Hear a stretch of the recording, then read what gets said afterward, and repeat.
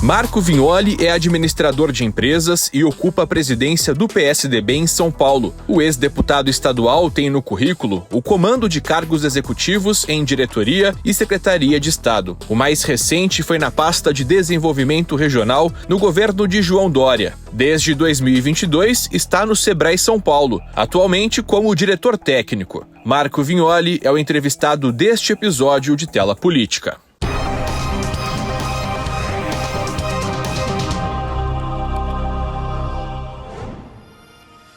Vignoli, vamos falar um pouco sobre 2022. Você acabou sacrificando a sua candidatura, o seu projeto pessoal enquanto uma figura pública para apostar no trabalho de coordenação da campanha do então candidato João Dória para a presidência e de Rodrigo Garcia para o governo do estado de São Paulo. Você se arrepende desse movimento? Foi um movimento que, de certa forma, pode ter sido, prejudicial para o seu momento político de vida?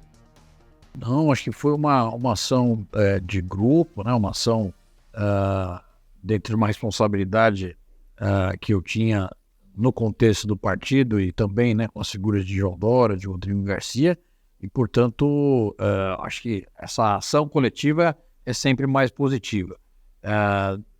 Hoje eu estou no Sebrae, uma ação muito importante dentro do contexto do empreendedorismo aqui no estado de São Paulo, um trabalho um pouco mais técnico, mas tenho certeza aí que temos um caminho grande ainda pela frente. Você foi secretário de Desenvolvimento Regional, conhece muito o interior de São Paulo, tem ali um trânsito muito forte com prefeitos e durante a campanha de Rodrigo Garcia você conseguiu angariar um volume gigantesco de apoio dos prefeitos locais. Só que, de certa forma, Rodrigo Garcia não conseguiu performar nas urnas como se esperava. Você acha que teve traição por parte dos prefeitos do interior? Acho que não. Na sua maior parte, todos se empenharam muito. Você tem uma questão da polarização da política que foi algo muito presente aí nas eleições em todo o país, né, nesse último ano, e impactou aqui em São Paulo também de maneira muito intensa. Então, acho que esse que foi o determinante aí para o resultado das eleições passadas. O Rodrigo teve uma votação expressiva e os prefeitos ajudaram bastante. Acho que foi um processo muito relevante de construção política e na minha visão, o Rodrigo ainda tem muito chão pela frente. O Rodrigo deu uma fugida nos holofotes nos últimos tempos, desde que perdeu ali a eleição no ano passado, tem se recolhido um pouco mais, foi dar um pouco mais da vida pessoal também. Ele é uma figura que deve voltar para o cenário, talvez nas eleições de 2024? Sem dúvida, o Rodrigo ele tem predicados muito fortes, uma gestão de excelência aqui no governo, fica marcado como um bom governador de São Paulo, uma trajetória a que muito nos orgulha. Hoje ele está cuidando da vida empresarial dele, né? Está advogando, está atuando nesse sentido, então é difícil falar o que deve acontecer pela frente, mas sem dúvida, na minha visão, o Rodrigo tem um potencial para ser o que quiser dentro da política brasileira e ainda vai render muitos serviços positivos aqui para o nosso estado de São Paulo e para o país. Rodrigo Garcia foi o último governador ainda numa gestão do PSDB. O PSDB ficou quase por 3 décadas comandando o maior estado do Brasil, não conseguiu performar nas urnas como se esperava, tinha-se toda ali uma expectativa em relação à continuidade ali do partido e talvez o PSDB tenha perdido um pouco de tamanho. Levou Eduardo Leite no Rio Grande do Sul, Riedel no Mato Grosso do Sul e Raquel Lira. Você acha que perdendo São Paulo, o PSDB saiu menor? Olha, eu acho que um estado estratégico, não? O maior estado do país em população, sem dúvida, ficou marcado aqui o período em que o PSDB geriu o estado de São Paulo como um período de grande avanço para o estado e é muito importante para o PSDB, é uma grande perda para o partido não ter mais à frente o governo do estado de São Paulo e a prefeitura como teve ao longo desse último período. Mas eu acho que fica um legado positivo de bons serviços. O partido vai ter que saber se renovar e continuar defendendo essas bandeiras para o futuro. Você é uma liderança muito jovem dentro do PSDB, o próprio presidente nacional do partido, Eduardo Leite, também é uma liderança jovem. Seria esse momento de deixar os caciques do partido um pouco de lado e trazer um pouco mais essa juventude para dentro do PSDB? Olha, eu acho que todos têm um papel importante, né? Os caciques têm uma relevância e uma importância histórica também. Quando a gente fala de Fernando Henrique Cardoso, o peso que tem o legado para o Brasil, como a própria memória de Mário Covas, de Montoro, de tantas outras figuras, sempre vão ser muito importantes. Mas cada vez mais a gente deve apresentar as novas lideranças para a sociedade. A gente vai buscar, nessa eleição aqui de 2024, apresentar isso. Eu mesmo me coloquei como pré-candidato a prefeito aqui em São Paulo, buscando isso, apresentar para a sociedade uma nova opção. E eu acho que, no que depender de mim, todo o interior do estado de São Paulo, essa deve ser ótima. Valorizar aqueles que são os nossos mandatários atuais, vamos renovar onde for necessário, vamos resgatar quadros históricos onde for possível também. Quando vocês olham para dentro do partido, o PSDB consegue fazer uma autocrítica, vendo onde errou, perdendo, então, sair um pouco menor de tamanho? Sim, sem dúvida. Eu acho que essa polarização acabou fazendo os partidos que estavam nela crescerem mais, né? Notadamente, o PL cresce numa ponta, o PT cresce na outra, isso em todo o país, né? Eu acho que a gente deveria ter lançado o candidato a presidente da República, portanto, perdemos com isso, né? Com um partido sem uma bandeira clara para a sociedade, e a gente sempre teve essa bandeira clara quando teve um candidato do partido, e entendo que nós temos que observar nesse último período algumas falta de clareza muitas vezes na posição do partido para a sociedade, né? Acho que isso o PSDB sempre foi cobrado. Pô, um partido que fica em cima do muro. Na verdade, ter essas ideias mais claras, essas posições mais claras para o país é fundamental, e é isso que a gente está fazendo agora. Acabamos de fazer um grande congresso nacional para poder passar isso para o eleitorado de maneira mais clara. Se a gente for pegar, olhando o PSDB como um todo, você é de uma ala diferente da de Eduardo Leite. Isso, de certa forma, atrapalha um pouco o seu trabalho enquanto presidente aqui no Estado? Olha, o Eduardo, ele é um governador jovem também, né? Conhecido desde a juventude do partido. Ele tem a responsabilidade de unir o PSDB em todo o país. Obviamente, nós tivemos um processo de prévias, onde ele teve um bom percentual de votos, o João Dória teve um bom percentual. Então, tem que fazer é ser superado esse processo e pensar no futuro, reconstruindo onde for. Da minha parte, é uma construção coletiva, contando muito com o apoio dele para que a gente possa ter São Paulo aqui forte. Aquele embate entre Dória e Leite ali nas prévias do partido, de certa forma, os PSDBistas mais a Dória / Rodrigo saíram talvez chateados, um pouco frustrados com o resultado? Você diz nas prévias? Isso. Não. Ganharam, mas eu digo assim, ganhou, mas não levou, né? Sim, gerou sim. um desconforto ali. Claro. Não, eu acredito que a gente deveria ter lançado o candidato. Né? E o partido que faz um processo de prévias tão importante como foi, depois recuar, eu entendo que não foi uma boa mensagem para a sociedade. E fiz a crítica a todo momento com isso, e entendo que se a gente tivesse lançado o candidato a presidente da República, o candidato João Dória, a gente teria tido um bom resultado com a bandeira do PSDB de pé e, enfim, acho que hoje a gente estaria mais fortalecido do que estão. O quanto isso atrapalha agora nas eleições de 2024, os nomes aqui das principais cidades do estado, talvez esse recuo do PSDB em 2022? Olha, é outro momento, né? É outro momento, eu acho que isso serve para a gente aprender, por isso que eu sempre defendo candidaturas próprias onde for possível, né?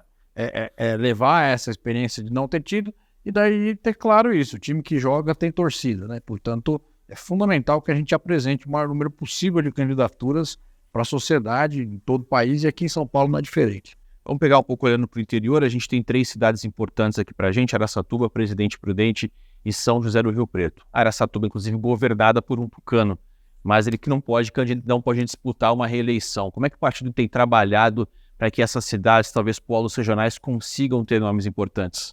Nós estamos em Araçatuba com uma gestão muito bem avaliada, prefeito Dilador, o prefeito se reelegeu de maneira muito contundente, e agora a busca pelo seu sucessor. Eu entendo que ele tem os desafios para escolher o melhor nome, enfim, nós vamos apoiá-lo nessa decisão que ele tomar, e com isso ali eu entendo que está um pouco mais encaminhada a situação. Lembrando que nós temos uma federação, né? Considerar as candidaturas dentro desse contexto de federação, e em Araçatuba tem a nossa vice-prefeita Edna como uma possibilidade importante, mas isso cabe ao prefeito Dilador, a ela que vão costurar desse processo. presidente prudente a gente teve, na última eleição, a gente tinha o prefeito, disputamos, o Bugalho, que não foi reeleito, mas teve uma gestão respeitável.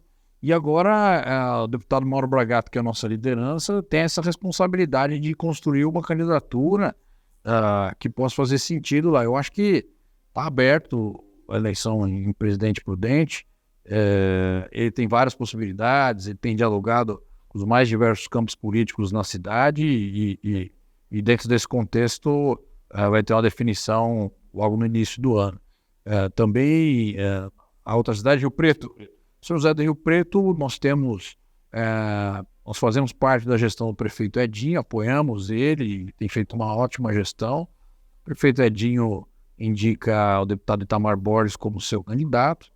Tem uma ala relevante do partido que entende e que deve caminhar com ele. E também tem uma outra ala que busca o lançamento de candidatura, o ex-deputado Vaz de Lima, que tem todo o nosso respeito e admiração, também é uma possibilidade. Vamos dialogando com ele. Qual tendência o senhor acha que deve seguir? Olha, eu acho que depende do Vaz primeiro. Se o Vaz quiser ser candidato, ele é candidato. Não tem dúvida quanto a isso. Mas eu acho que ele mesmo vai amadurecendo e vai avaliando isso até ali na frente. Mas ele tem essa complexidade, né? Nós fazemos parte da gestão do prefeito Edinho, que vai lançar o candidato Itamar Borges, que também é um grande parceiro nosso. Então, é isso que está em pauta hoje lá do PSDB. Na capital, se o seu nome não for escolhido, Ricardo Nunes, o apoio é uma possibilidade ou fora de qualquer possibilidade? É uma possibilidade. Ele é a vice do prefeito Bruno Covas, lá ajudamos uma eleição, o Bruno orgulhou todos nós e enfim, tem muita gente ainda que seguiu na gestão municipal. Então, não seria incoerente um apoio ao Ricardo. Obviamente que o partido que venceu as 2 últimas eleições aqui no capital busca um protagonismo político e, portanto, por isso que eu me lancei pré-candidato, entendendo que é papel do PSDB lançar um candidato. E nós temos, na minha visão, 2 turnos aqui. Se eu passar, vou buscar o apoio deles e vice-versa. A gente mantém aí um campo político próximo. Quero falar um pouco agora do empreendedorismo do lado Vignoli Sebrae. Foi, como você disse no começo do nosso bate-papo, é uma questão mais técnica. Como que se avalia o empreendedorismo no Brasil hoje? Bom, o empreendedorismo no Brasil tem um grande desafio. A gente teve uma pandemia que judiou muito aí das pequenas empresas e agora elas voltaram com tudo aprendendo um mundo novo, que tem o e-commerce, que tem o digital, que tem uma competição mundial, enfim, possibilidades muito grandes para todos. Por isso que eu acho que é momento, sim, da gente ter um Sebrae cada vez mais presente. Nós estamos em 656 postos em todas as cidades do estado. E agora eu vejo o governo federal discutindo o Ministério da Pequena Empresa, aqui em São Paulo também, várias ações importantes no governo do estado. Eu acho que isso é muito importante e o Sebrae é a casa desse empreendedor. Esse movimento do governo federal, então, o Ministério para isso, você acha que é um movimento mais político ou, de fato, o setor acaba ganhando? Eu acho que as 2 coisas. É um movimento político, o que a gente tem acompanhado, né, para atender um campo do Congresso Nacional, mas é salutar para o país, é importante. Tá? Você ter um olhar dedicado a isso, eu acho que vai ser relevante para o país e hoje o emprego está aí, né? O emprego, o desenvolvimento está na microempresa, na pequena empresa. Acho que vai ser positivo para o Brasil a gente ter um Ministério da Pequena Empresa. Quando a gente olha para a geração de empregos, para os números do mercado de trabalho, a gente vê uma migração, talvez, daqueles que trabalhavam com carteira assinada e passaram a empreender. De certa forma, isso é alguma mensagem que a própria economia está dando? Do tipo, as pessoas têm buscado um outro segmento por opção ou por falta dela? Como que você avalia isso? Sem dúvida, você tem empreendedorismo por necessidade e por oportunidade. Né? Por oportunidade sempre é mais bem sucedido. A gente costuma dizer aqui, né? Não adianta a gente ficar incentivando a abertura de empresa, se essa empresa vai e quebra no dia seguinte, daí nós temos pior ainda do que estava, né? Está desempregado e ainda está com dívida. Então, o nosso grande desafio é esse, a gente pegar esse empreendedor por necessidade, qualificar ele para ele poder sobreviver no mercado tão competitivo, né? Às vezes a pessoa sabe ali o ofício, mas ele não sabe de gestão, fluxo de caixa, venda, marketing. O Sebrae está aí para apoiar esse processo e tem dado muito certo. Sebrae, Marco Vignoli pós-Sebrae, sai maior depois desse período dessa gestão que você está? O que você acha que isso consegue agregar para a sua vida política / profissional? sem dúvida, aprendo muito aqui, é uma casa muito técnica, é a sexta entidade mais querida do Brasil, então a credibilidade é muito grande.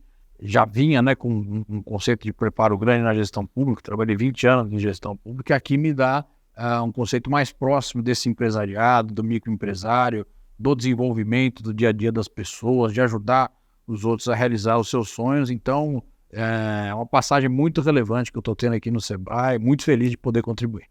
Vamos voltar a falar um pouco de política agora. Vocês apoiaram, né, Tarcísio de Freitas no segundo turno. Como que você avalia esse começo de gestão do governador? Bom, o Tarcísio vem fazendo uma gestão séria, correta. Entendo que ele ainda vai deixar sua marca para São Paulo, um desenvolvimentista, buscando parcerias de PPPs com a iniciativa privada. A gente vê esse aspecto muito forte dele tecnicamente.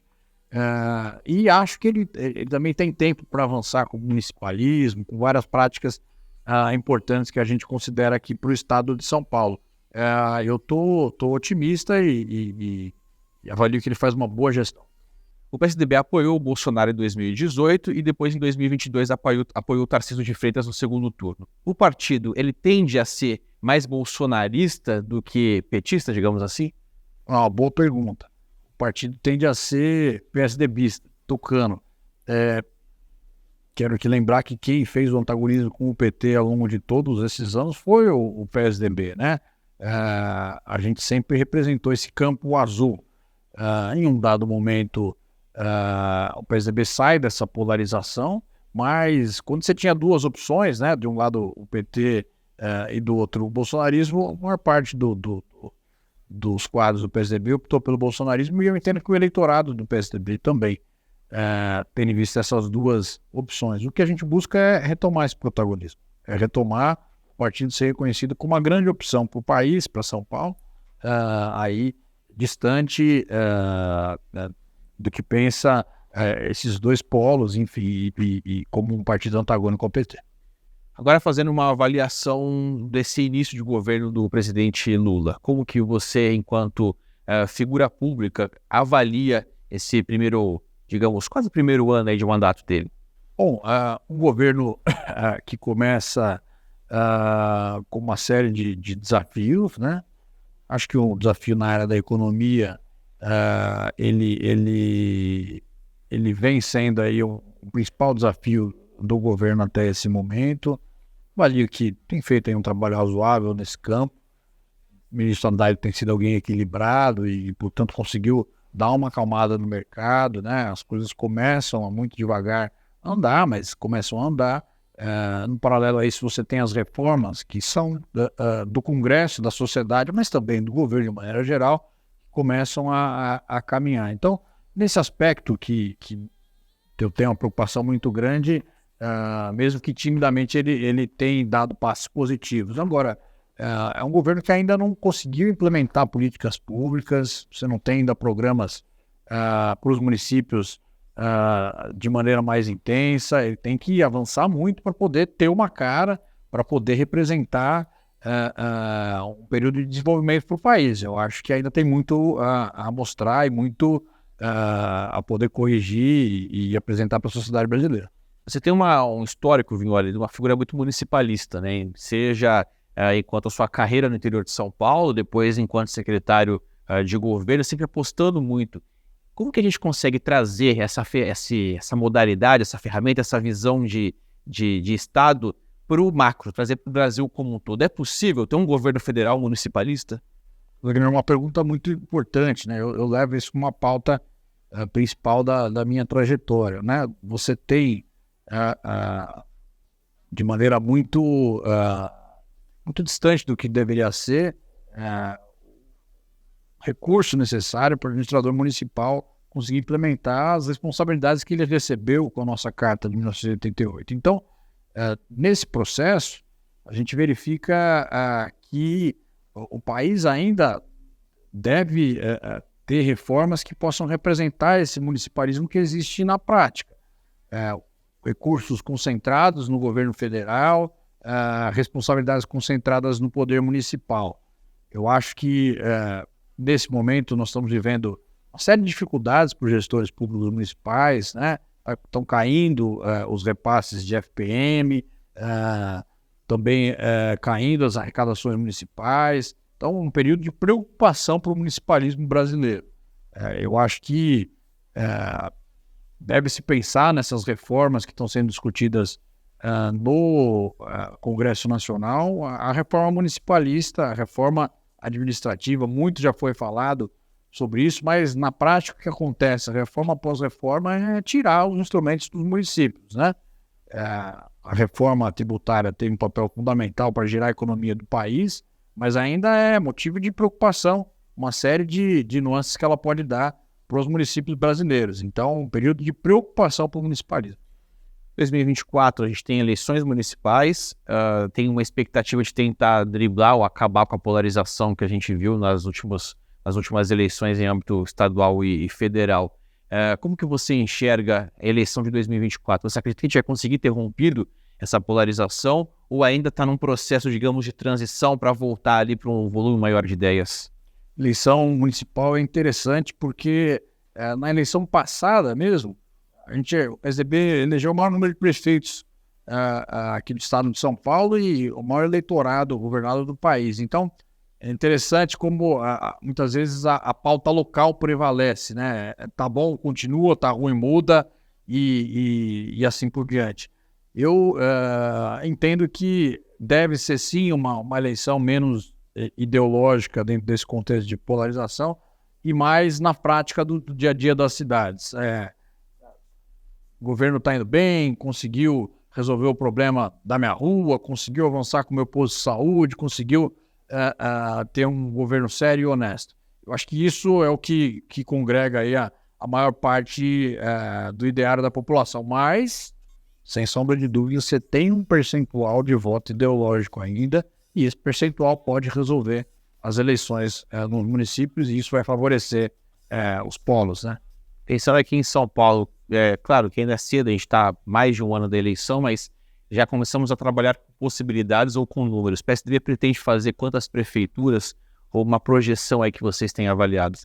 Olha, nós devemos fazer algo em torno de 100 prefeituras, lançar pelo menos 200, 250 candidatos, é um bom número.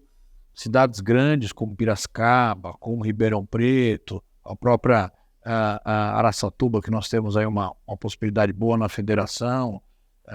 Entendo que dentro do contexto dessas cidades médias, Rio Preto, Prudente e assim por diante, a gente deve ter o máximo de candidato possível e, consequentemente, ter gente eleita. E daí eu entendo que chega fortalecido para frente, né? Um período PSDB fora do governo, tudo isso, mas representando um percentual de eleitores governados relevante. A gente está na reta final do nosso bate-papo. Como que você se enxerga enquanto liderança política, talvez na próxima década? Claro, trabalhar com futurologia é difícil, né? Mas como que você tem trilhado a sua carreira pública para os próximos anos? É uma boa pergunta, né? Bom, tenho estudado muito, eu tenho a vontade e a ambição de ser um dos mais preparados da minha geração, da nossa, né? Quer dizer, você está na mesma geração, mas dentro da política é alguém muito preparado, então vou fechar aí meus estudos de mestrado, de doutorado aí nesses próximos anos, ter um conhecimento técnico pujante para poder, nos cargos executivos, fazer a diferença e representar sempre de maneira equilibrada o nosso campo político. Eu tenho bastante tempo ainda de política pela frente, nunca fui desesperado, quero ocupar esse espaço, mas eu me preparo para poder colaborar com a sociedade aqui do estado de São Paulo. O legislativo está sendo deixado um pouco de lado, então?